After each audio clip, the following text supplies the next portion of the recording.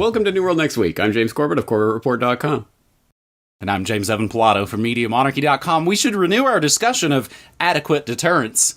We've got that story plus Black Ops in Nova Scotia. But first, happening this morning, our first segment on this New World Next Week episode will be a two-parter. The first part, some breaking news. Bayer settles Roundup cancer lawsuits for up to $10.9 billion. After more than a year of talks, Bayer agreed to pay as much as $10.9 billion with a B to settle close to 100,000 U.S. lawsuits claiming that its widely used weed killer Roundup caused cancer, resolving litigation that has pummeled the company's share price. The settled cases over Roundup and other glyphosate-based weed killers account for about 95% of those currently set for trial, but here is, I think, the sad takeaway on top of just the sadness of all of this. Bayer did not admit liability or wrongdoing, meaning Roundup stays on the shelves, it doesn't have any warnings on it, and they get the added bonus of now being able to say that all those wild claims were never proven in a court of law. The deal dwarfs previous out-of-court product liability settlements by other fantastic groups such as Merck & Company's $5 billion deal to end litigation over their withdrawn painkiller Vioxx, and Bayer deals worth $2 billion to settle claims of harm caused by its Yasmin birth control pills, James, which I hadn't even actually ever heard of before, which shows how good they are, is of course sweeping a lot of this under the rug when, oh, whoops, that product we warp speed to market ended up killing a bunch of people. The other bit on this part two, the other bit of gross news from the Food World Order, Alt Breastmilk Company, which should have you worried, or just in those three words alone. Alt Breastmilk Company, BioMilk, raises $3.5 million from Gates investment firm. Beyond Meat, Impossible Foods, two of the most well-known companies disrupting the food ecosystem, as this lamestream article notes. Now the pipeline of alt food companies include BioMilk, and it is spelled B-I-O-M-I-L-Q, and when I referenced this on the morning show this morning, James, I noted, much like the cereal Fruit Loops that spells it F-R-O-O-T, there's zero fruit in that cereal, and there ain't no milk in this BioMilk, a North Carolina-based startup targeting infant nutrition by attempting to reproduce mother's breast milk in a lab. BioMilk just earned the backing of the world's top investors, raising $3.5 million in funding from Breakthrough Energy Ventures, Bill Gates' investment firm that's focused on climate change. Breakthrough Ventures investing coalition includes Jeff Bezos, Mark Zuckerberg, Richard Branson, Michael Bloomberg, and more, a real rogues gallery of just sort of the New World Order Illuminati super friends, as they like to call themselves.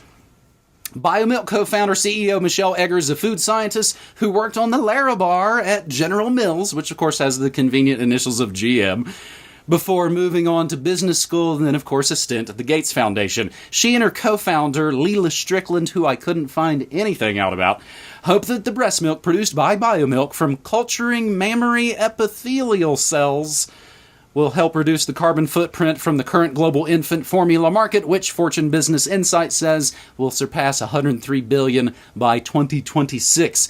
The top infant formula manufacturers include Abbott Labs, Dannon, and of course Nestle, which you might recall because Nestle's been in this game for a long time, 40 plus years it's been, since of course they pushed their fake milk on mothers in Africa, which led to, of course, widespread malnutrition and death. You can read just mountains of information about essentially the long-time Nestle boycott. And James, something that popped up on my morning show recently when I was going through this day in history, a decade-old story, Gates grant to fund testicle-blasting contraceptive. And I think it just really shows everything he touches has to do with limiting life. It is nothing life-affirming. It's all essentially about limiting life, blasting your testicles, stopping life, and this is a eugenics dream, I suppose. Exactly right, or replacing life, or at least natural processes. Breast milk, who needs that? We need BioMilk with a Q. It's like Dr. Nick, 1-800-DOCTORB, the B is for bargain. BioMilk with a Q. The Q is for quality, or something along those lines. Yeah. I'm not signing up to drink this myself or to give it to my children. Luckily, my children are growing up now and don't need that. But at any rate, this is... I like how you line these stories up because, yeah, you have the Monsantos of the world, or Bayer Santos, or whatever they are called these days, paying out tens of billions of dollars for their past mistakes, we'll put it, in the Roundup market. Oops, we caused cancer of all those people, but we won't admit it in court. We'll just pay people to shut them up.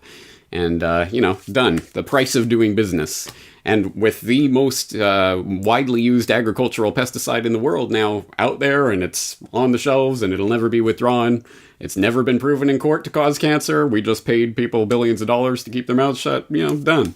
And 20, 30 years from now, when biomilk cancers are a thing, they'll be, they'll pay out, and that'll be the price of doing that business, right? But it's a $103 billion market, so, get in while the getting's good.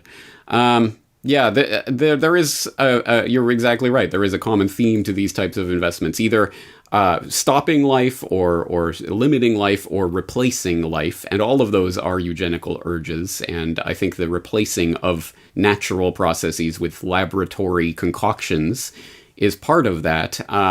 And just to add another story to the mix that I actually just came across just as I was researching the things for today. This one from discovermagazine.com. Many BPA-free plastics are toxic. Some are worse than BPA. So there you go. Don't worry, guys. We're taking out the BPA. But what are you replacing it with? Oh, don't worry about that. That's next decade's problem. You'll find out about that when you've already got the cancer from it. So these are the ways these laboratory concoctions go. And if only there was something that we could do. I mean, I get it. Not everyone can breastfeed. So how can we possibly provide milk to infants? I don't know. How did humans used to do it? I mean, wet nurses used to be a thing. I don't know. But anyway, I guess we'll just have to turn to either the labs or use the soy-based or whatever infant formulas that are probably, definitely not nutritious and do contribute to lower IQs and a range of health problems for infants. But, why bring that up? No, the real problem is carbon dioxide. That's why we have to replace natural human processes with laboratory concoctions, right, James? No, that's it. This fits, again, I think, with everything, the powers that shouldn't be, the New World Order, the Brave New World, the Deep State, whatever you want to name it. One of their main, I think, MOs is essentially stealing the real and selling us back some fake version. And they do it in music, they do it in food, they do it in politics, they do it in religion. Every single area, they occult it and give us their sort of fake, phony version. James, I didn't put this in our notes, but I've been kind of wondering about this. Where do we stand on the fluoride trial? Because my worry with the fluoride trial is that it could actually set a terrible precedent, and we'll never get rid of fluoride, much like we're now seeing in these cases with Bayer. Yeah, good question. I will put the latest update from Derek Bros in the notes. From what I understand, the trial has been not adjourned, put on hold, and they're requesting a new review from the EPA, something along those lines. But I'll put the actual link in so people can read about that latest update. Okay. Again, we're all given the movies and the TV shows that it's Perry Mason, and he grills them, and they break down, and it ends in time for commercials. Real courts move very, very slowly, of course. This is New World Next Week, episode 413, and James, for our second story this week, we head over to... where you at? Japan to bolster defense after scrapping missile system. This coming from japantoday.com. And again, everything we say will always be included down in your show notes so you can continue the research for yourself. Japanese Prime Minister Shinzo Abe said that his country needs to bolster its security posture amid threats from North Korea. I guess, James, in some ways, this sort of following last week's story of North Korea literally blowing things up. Japan should consider acquiring preemptive strike capability after having to scrap the planned deployment of 2 new land-based missile defense systems. Abe said, quote, "We should renew our discussion of adequate deterrence we need, considering North Korea's missile technology that has advanced since the time we introduced our missile defense systems." He also said that should include the capability to conduct preemptive strikes within the limitations set by the country's pacifist constitution. The question is if we should stay within the boundary when enemy capability is dramatically advancing, Abe said, and he has long pushed to amend Article 9 of Japan's post-World War II U.S. written constitution, which renounced war and the use of force as a means of settling international disputes, and has been interpreted as limiting the country's armed forces to acting only in self-defense. James, I'll include just one easy link about Article 9, and this was something that we talked about when you were tour guiding us around to some of the historical locations in Japan. Interesting stuff going on there now, man. That's right, and I wanted to bring this up this week specifically because I have talked about it, all of these issues in recent weeks. For example, a couple of weeks ago in Questions for Corbett, I was showing people how is Japan reacting now to the coronavirus crisis, and I was saying at that time that part of we can't lock down because our constitution ties our hands. Part of that rhetoric was about setting the conversation towards, well, we got to change the constitution. And ever since Abe came in, it's all been about changing Article 9, and they've already reinterpreted Article 9 to expand their definition of what self-defense means, but they want to really change the actual wording of that. So this is another step along that direction. This also ties into a story that I was writing about in my weekly editorial last weekend. If you are not reading it on a regular basis, shame on you, because I was talking about this story. It's a pretty important story on a number of levels. But yes, Japan has scrapped the plan to purchase and install a Aegis Ashore missile defense system from our good friends at Lockheed Martin that was going to cost a couple of $1 billion and was already running over budget by $1 billion or $2 billion. And they decided to scrap that. But as you say, just at the time as North Korea is coming back on the scene as the big boogeyman. 2017, when they first committed to buying this missile defense, of course, North Korea was the big existential threat to all of humanity. But that kind of went away. Well, now that that's back on the table, just at that time, now they're scrapping this missile defense, but they're saying, well, we need to still think about our defense. So you know what we need to do? We need to change Article 9 of the Constitution. So I'm keeping my eye on this. I think this is clearly part of the long-term agenda. But on a positive note, I note that Abe is in a bit of political trouble here in Japan. He is his term as leader of the ruling party is set to expire in September of 2021, and he might not even make it that far because of some political scandals involving his former defense minister. So anyway, I'll keep you up to date. Okay, well, and I mean, like usual, we usually get the Asia Pacific perspective. We usually hear it from you guys first. Our third and final story is not any kind of good news, not even any kind of unmitigated or not unmitigated good news. This gets into pretty dark, I think, black ops and things going on. Nova Scotia shooter case has hallmarks of undercover operation. This coming from Maclean's out of Canada. Really interesting, long article. I really hope folks will kind of check this out. And I guess, fortunately, James, I'm usually annoyed sometimes, you're on websites and you scroll and then suddenly, I'm in a new article. And it kind of jumps and keeps throwing you to a new page. This one, fortunately, was scrolling me to the previous reports that were essentially supplemental to this Nova Scotia shooter story. So again, everything is in the links. The withdrawal of $475,000 in cash by the man who killed 22 Nova Scotians in April matches the method the RCMP uses to send money to confidential informants and agents, sources say. And again, this article filled with essentially anonymous sources from the Royal Canadian Mounted Police. Gabriel Wortman is his name. Wortman, responsible for, they say, the largest mass killing in Canadian history, withdrew the money from a Brinks depot in Dartmouth, Nova Scotia, March 30th, carrying a carry-all filled with $100 bills in the trunk of his car. According to a source close to the police investigation, the money came from CIBC Intria, a subsidiary of the chartered bank that handles currency transactions. Sources in both banking and the Mounties say the transaction is consistent with how the RCMP funnels money to its confidential informants and agents and is not an option available to private banking customers.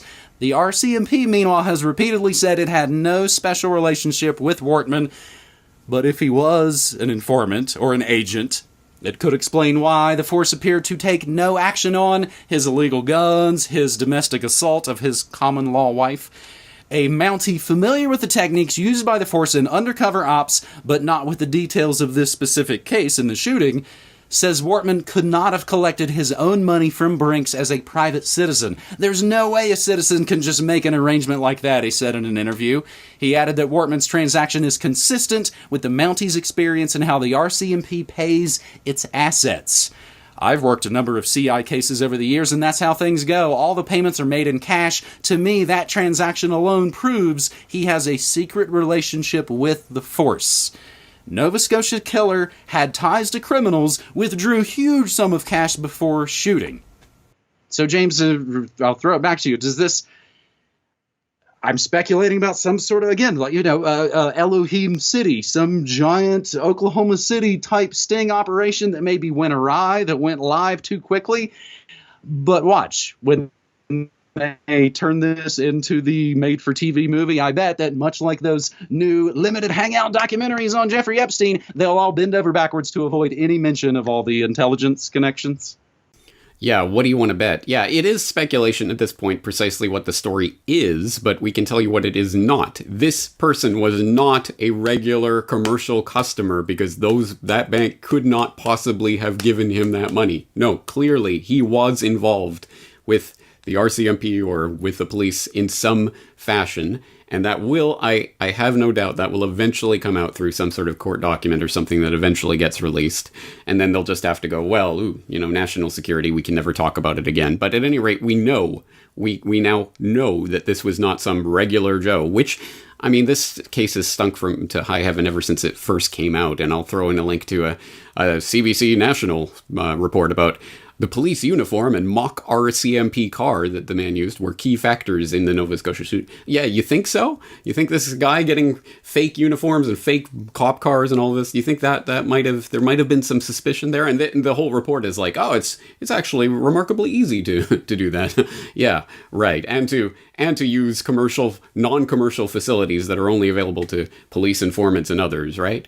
Yeah, the truth is starting to emerge on this, but as I say, it's probably not going to come out. Anyway, I haven't been following this story in great detail. I did want to put it on the record here, but for people who are interested in more about this story and the background and context, I will direct them in the direction of previous Corbett Report guest Dan Dix, who's been covering this. He has a new report up on transactions reveal Nova Scotia shooter may have been RCMP informant or agent.